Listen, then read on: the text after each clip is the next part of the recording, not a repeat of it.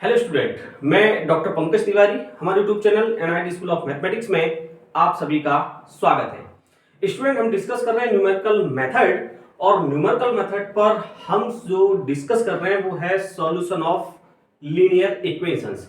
तो solution of linear equations में मैंने आपको बताया था कि लीनियर इक्वेशंस के सॉल्यूशन को आप दो टाइप से कर सकते हैं, एक डायरेक्ट मेथड और एक इटरेटिव मेथड। डायरेक्ट मेथड में मैंने आपसे कहा था कि सबसे पहले जो हमें मेथड डिस्कस करना है वो है गॉस एलिमिनेशन। तो स्टूडेंट, गॉस एलिमिनेशन मेथड में डिस्कस आपसे कर चुका हूं, उस पर बेस्ड में 2 वीडियो ऑलरेडी बना चुका हूं। गॉस एलिमिनेशन मेथड से किस टाइप से हम जो है लीनियर इक्वेशंस को सॉल्व करते हैं वो मैं आपको बता चुका हूं। इसके बाद जो वीडियो मैंने बनाया था वो मैंने बताया था पाइवोटिंग पे एक वीडियो मैंने बनाया था और बताया था आपको पाइवोटिंग होती क्या है, पाइवोटिंग एलिमेंट क्या होते हैं, पाइवोटिंग इक्वेशंस क्या होती है। तो स्टूडेंट, आज जो है मैं आपसे डिस्कस करने वाला हूं पाइवोटिंग के 2 टाइप मैंने वहां बताए थे आपसे, पार्शियल पाइवोटिंग और कंप्लीट पाइवोटिंग। तो उसमें से आज हम आपसे डिस्कस करेंगे पार्शियल पाइवोटिंग के बारे में। तो स्टूडेंट, आपकी स्क्रीन पर एक प्रॉब्लम लिखी है, solve the following system of equations using Gauss elimination method with partial pivoting. तो स्टूडेंट, आप ध्यान से देखें कि क्वेश्चन में दिया हुआ है Gauss elimination method with partial pivoting. तो पार्शियल पाइवोटिंग के साथ हमें गॉस एलिमिनेशन मेथड की हेल्प से इन प्रॉब्लम को सॉल्व करना है। तो आपको गॉस एलिमिनेशन आना बहुत जरूरी है, इसलिए मैंने पहले आपको गॉस एलिमिनेशन बताया, फिर मैंने आपको पाइवोटिंग बताई। अब मैं आपसे डिस्कस कर रहा हूं पार्शियल पाइवोटिंग। तो पार्शियल पाइवोटिंग में हम करते क्या है, इस प्रॉब्लम को जब हम सॉल्व करेंगे तो सॉल्व करते करते हम आपको स्टेप बाय स्टेप बताते चलेंगे कि एक्चुअल में हमें करना क्या होता है। तो स्टूडेंट, यहां जो है हम इसको सॉल्व कर लेते हैं। तो सेम जैसा कि हम गॉस एलिमिनेशन में करते थे, जो इक्वेशंस हमें दी होती थी उनको हम इक्वेशन फर्स्ट, सेकेंड और थर्ड जो है मान लेते थे। क्लियर है? तो आप नेक्स्ट स्टेप में लिखेंगे this equation first, second and third. Now अब स्टूडेंट हम क्या करेंगे, दी हुई लीनियर इक्वेशंस को मैट्रिक्स फॉर्म में कन्वर्ट करेंगे। तो आप सब जानते हैं कि लीनियर इक्वेशंस को मैट्रिक्स फॉर्म में अगर कन्वर्ट करना हो तो हमें क्या करना होता है, ax इक्वल टू बी के फॉर्म में लिखना होता है। a जो है हमारा यहां कोफिशिएंट मैट्रिक्स होता है, x जो है नंबर ऑफ अननोन का मैट्रिक्स होता है और b हमारा जो है एक कांस्टेंट मैट्रिक्स होता है ना। तो a के अंदर जो एलिमेंट आएंगे वो x y z के कोफिशिएंट होंगे। तो क्या होंगे, 1 1 एंड 1। यहां से कोफिशिएंट आएगा 4 3 एंड 4। यहां से कोफिशिएंट आएगा आपका 9 3 एंड 4। और यहां नंबर ऑफ अननोन आपके आएंगे x y z। कांस्टेंट जो आएंगे स्टूडेंट आपके 3 8 एंड 7 आएंगे। क्लियर है? इसके बाद स्टूडेंट हमने अगले स्टेप में आपसे बताया था कि A डॉटेड B मैट्रिक्स हमें फाइंड आउट करना है, जिसको हम मैट्रिक्स C कहते हैं, या आप इसको आर्गुमेंटेड मैट्रिक्स कह सकते हो। तो आर्गुमेंटेड मैट्रिक्स जो है क्या होता है, A और B मैट्रिक्स को मिलकर बनाते हैं, A और B। तो कैसे बनेगा, 1 1 1 डॉटेड 3 4 3 4 डॉटेड 8 9 3 4 डॉटेड 7, है ना। कहीं कहीं डॉटेड होता है और कहीं कहीं आप ऐसे स्लैश लगा देते हैं, है ना। तो बस आपको जो है पार्टीशन रखना है, तो आप किसी भी तरीके से रख सकते हैं।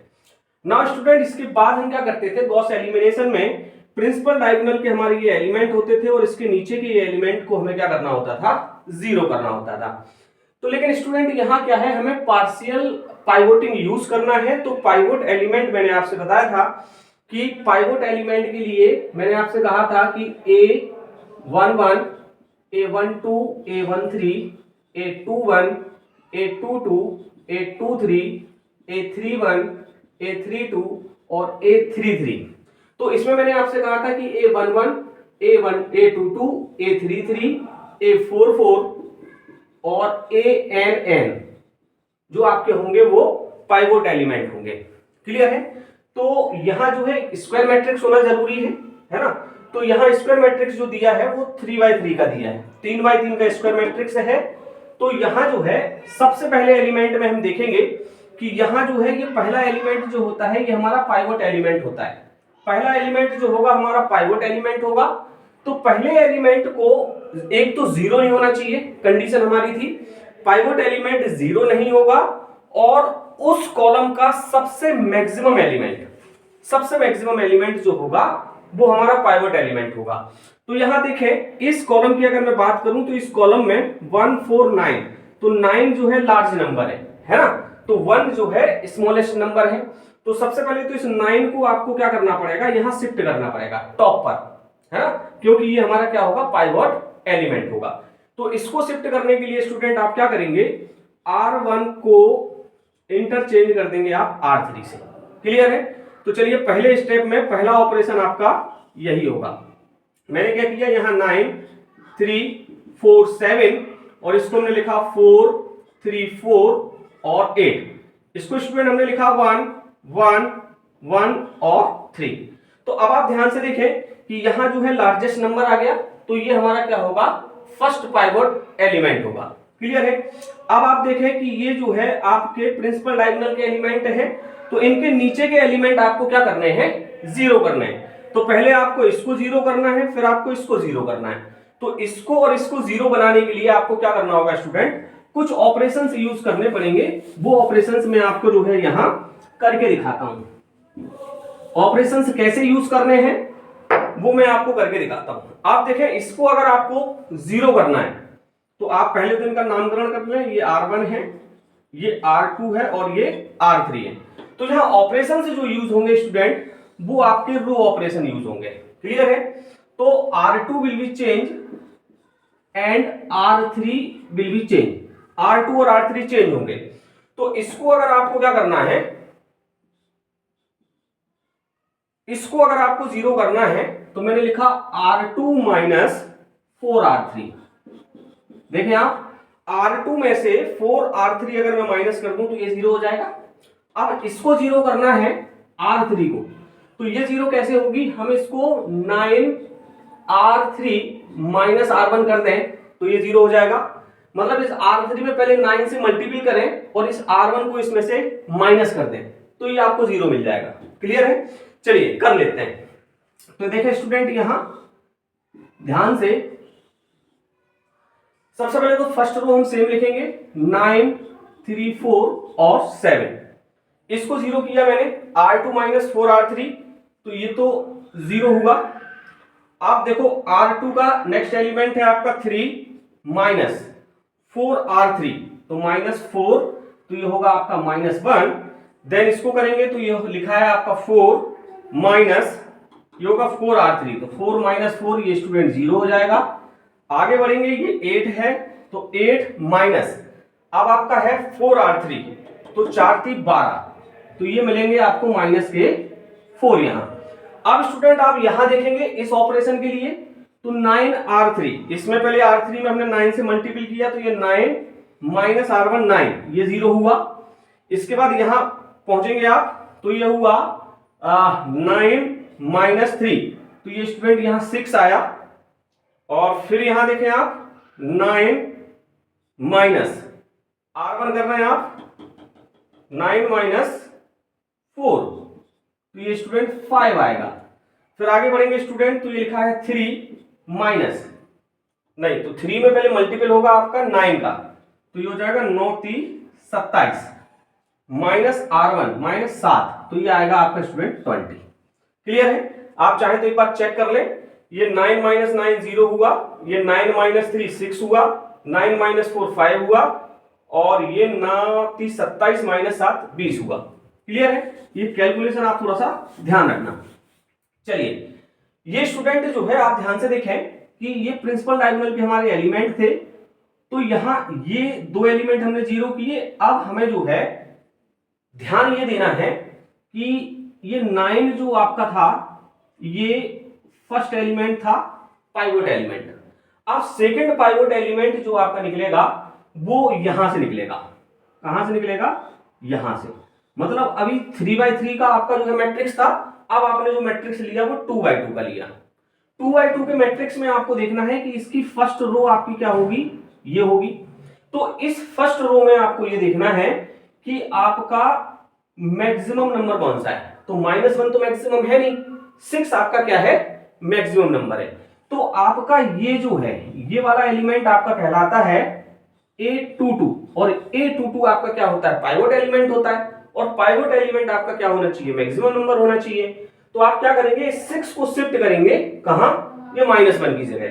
तो स्टूडेंट उसके लिए आपको क्या करना होगा, ये R1 है, ये R2 है, ये R3 है। तो स्टूडेंट आप क्या करें, इंटरचेंज कर दें R2 को किससे, R3 से।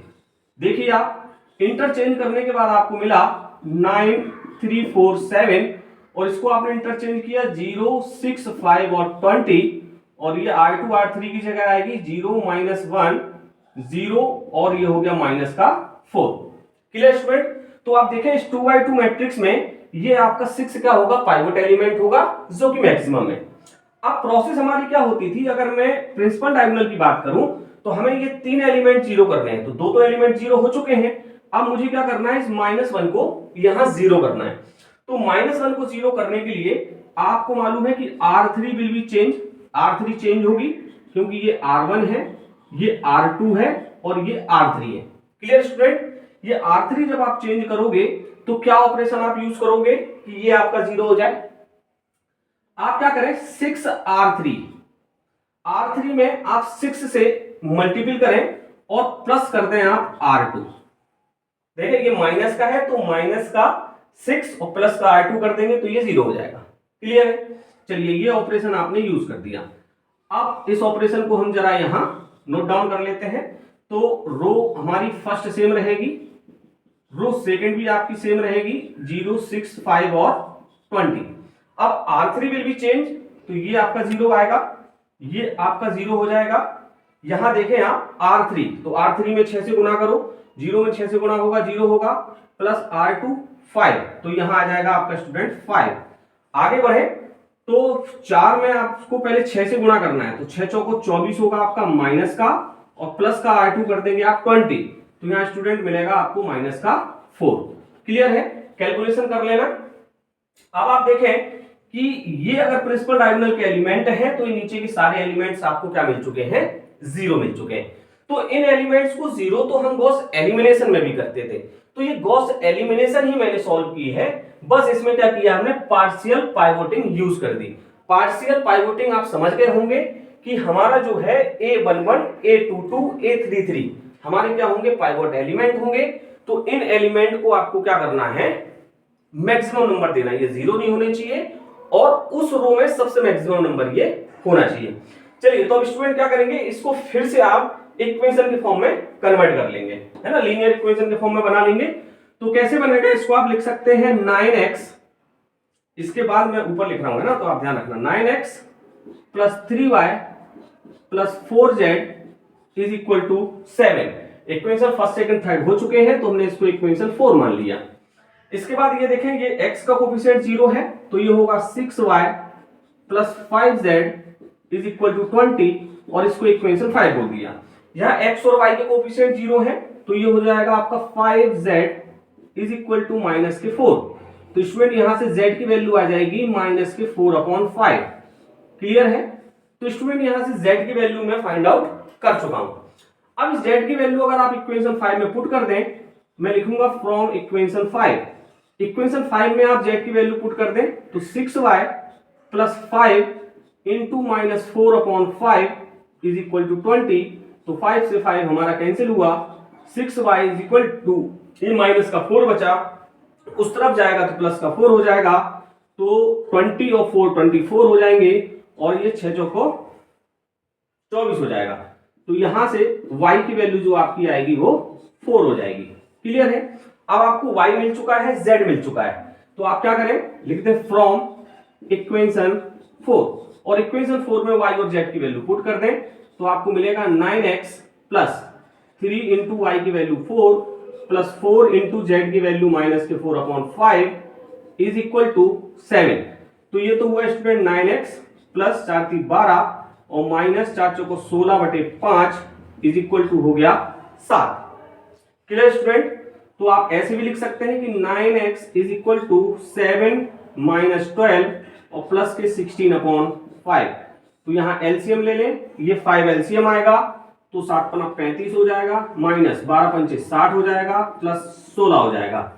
तो 9x इज इक्वल टू, अब देखें आप 35 और 16 आप ऐड करें, 40 50 51 होंगे, 51 में से 60 जाएंगे तो माइनस के बचेंगे 9 अपॉन 5, तो ये 9 से 9 कैंसिल हुआ। इसका मतलब ये है कि x इज इक्वल टू आपको मिला माइनस के 1/5।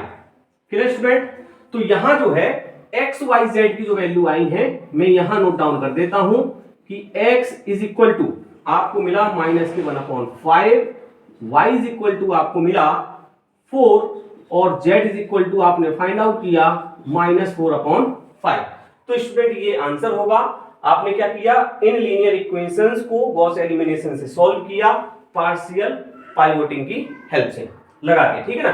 तो स्टूडेंट अब आपको ये चेक करना है कि आंसर आपका सही है, तो आप क्या करें, ये तीनों वैल्यू उठा के किसी एक इक्वेशन में रख दें, इसमें रख दें इक्वेशन फर्स्ट में, और चेक कर लें कि आपका आंसर सही है या नहीं। तो आप देखें x की वैल्यू -1/5, तो ये हमने लिखा माइनस का 1/5 और प्लस y, और y की वैल्यू है प्लस का 4 और z आपका है -4/5 और इज इक्वल टू आना चाहिए 7। तो ये 5 हमने एलसीएम लिया तो ये -1 हुआ, प्लस 5 को 20 हुआ, -4 हुआ, इज इक्वल टू 7। तो ये माइनस के 5 हो गए, प्लस का 20 है, 20 में से 5 जाएंगे तो 15 आएंगे, हैं 5 और 20 में से 5 जाएंगे 15/5 बराबर 7, तो 5 तिया 15। तो स्टूडेंट ये आपका जो है कहीं ना कहीं गड़बड़ हो रहा है। माइनस का 1/5 लिखा, प्लस 4 लिखा, सॉरी ये 3 है बेटा, है ना, क्या है 3 है, तो ये क्या आना चाहिए 3 आना चाहिए, क्या आना चाहिए 3 आना चाहिए, 3 आना चाहिए, और 5 3 15, 3 इज इक्वल टू 3, सही है ना, ये सही है आपका, है ना। मैंने एक्चुअल में क्या किया, यहाँ राइट साइड में 3 की जगह 7 लिखा हुआ था, तो मैं कुछ डर गया कि यार इतने केयरफुली मैंने कैलकुलेशन किया है फिर भी आंसर सही नहीं आ रहा है। तो आई होप स्टूडेंट आप समझ गए होंगे कि पार्शियल पाइवोटिंग से क्वेश्चन आपको किस तरीके से सॉल्व करना है। नेक्स्ट वीडियो में मैं आपको 1 या 2 क्वेश्चन फिर से सॉल्व कराने की कोशिश करूंगा। तब तक आप बने रहें, देखते रहें NIT school of mathematics. Thank you guys.